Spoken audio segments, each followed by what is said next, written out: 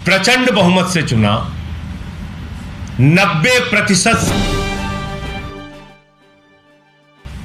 उस लोकप्रिय नेता अरविंद केजरीवाल से इतने डरे हुए, इतने भयभीत हैं कि उनका एक ही मकसद है, कुछ भी हो जाए इस सरकार को चलने नहीं देना है।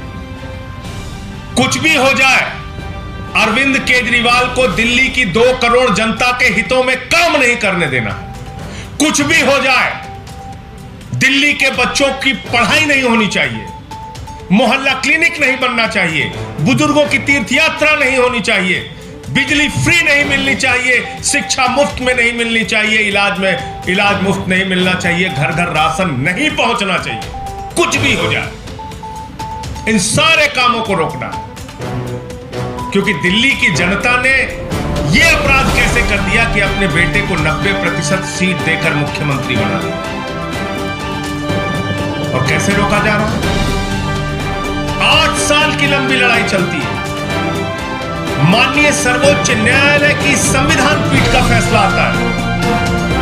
5 जजों का, सर्वोच्च न्यायालय के 5 न्यायाधीशों का फैसला आता है, और वो फैसला सर्वसम्मति से आता है। क्या कहा जाता है उस फैसले में? कि दिल्ली की चुनी हुई सरकार के पास अधिकारियों की ट्रांसफर और पोस्टिंग की जिम्मेदारी होगी, इसलिए कि दिल्ली की 2 करोड़ जनता के प्रति एक चुनी हुई सरकार की जवाबदेही है। यह फैसला आता है सुप्रीम कोर्ट का, और उसके बाद 2 दिन भी नहीं बीतता, भारतीय जनता पार्टी की सरकार, नरेंद्र मोदी जी की सरकार, माननीय सर्वोच्च न्यायालय के फैसले को, संविधान पीठ के फैसले को एक अध्यादेश से बदल देती है, एक ऑर्डिनेंस से बदल देती है। कहती नहीं मानते सुप्रीम कोर्ट, नहीं मानते संविधान पीठ, नहीं मानते इस देश का संविधान, नहीं मानते इस देश का कानून,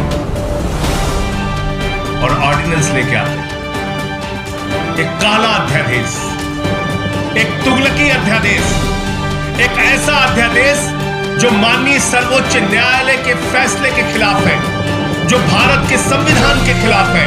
और ये सवाल सिर्फ अरविंद केजरीवाल जी का नहीं है, ये सवाल सिर्फ आम आदमी पार्टी का नहीं है, ये सवाल है भारत के महान लोकतंत्र का, ये सवाल है दुनिया के सबसे बड़े लोकतंत्र का, ये सवाल है बाबा साहब डॉक्टर भीमराव अंबेडकर के द्वारा लिखे गए संविधान का, कि वो संविधान बचेगा या नहीं बचेगा। ये सवाल है देश की सर्वोच्च न्यायालय का, कि उस न्यायालय की प्रतिष्ठा, उसके अधिकार और उसके आदेश बचेंगे या नहीं बचेंगे। ये तो आपातकाल की स्थिति है, जब न्यायालय का फैसला आप पलट दे रहे हैं। ये तो आपातकाल की स्थिति है कि जो आप चाह रहे कर रहे हैं। ऐसी तानाशाही, ऐसी बददिमागी, आप कल्पना कीजिए, जब इस सर्वोच्च न्यायालय का फैसला आया, दिल्ली के मुख्यमंत्री ने कहा प्रधानमंत्री को एक पिता की भूमिका में होनी चाहिए, प्रधानमंत्री को एक अभिभावक की, एक पिता की भूमिका में होना चाहिए, और सभी राज्य सरकारों को समान दृष्टि से देखते हुए उनके अधिकार देने चाहिए। लेकिन यहां मैं ये कहना चाहूंगा कि अगर एक पिता अपने बच्चे की बर्बादी पर तुला हो, एक पिता अपने बच्चे के लोकतंत्र का गला घोटने पर तुला हो, एक पिता अगर संविधान का गला घोटने पर तुला हो, और एक पिता एक चुनी हुई सरकार को मारने पर जुट जाए, तो देश की स्थिति क्या होगी, ये समझा जा सकता है। तो इसलिए ये जो फैसला आया है, ये सीधे तौर पे बताता है कि भारत के प्रधानमंत्री को न इस देश के लोकतंत्र में यकीन है, न इस देश के संघीय ढांचे में यकीन है।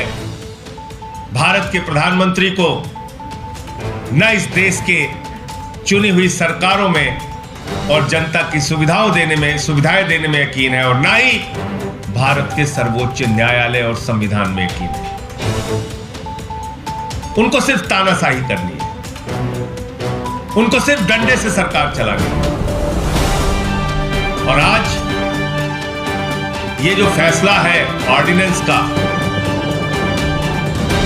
मैं समझता हूं सर्वोच्च न्यायालय में तो जाएगा ही, और वहां पर माननीय सर्वोच्च न्यायालय इस ताराशाही पूर्ण फैसले का संज्ञान लेगा।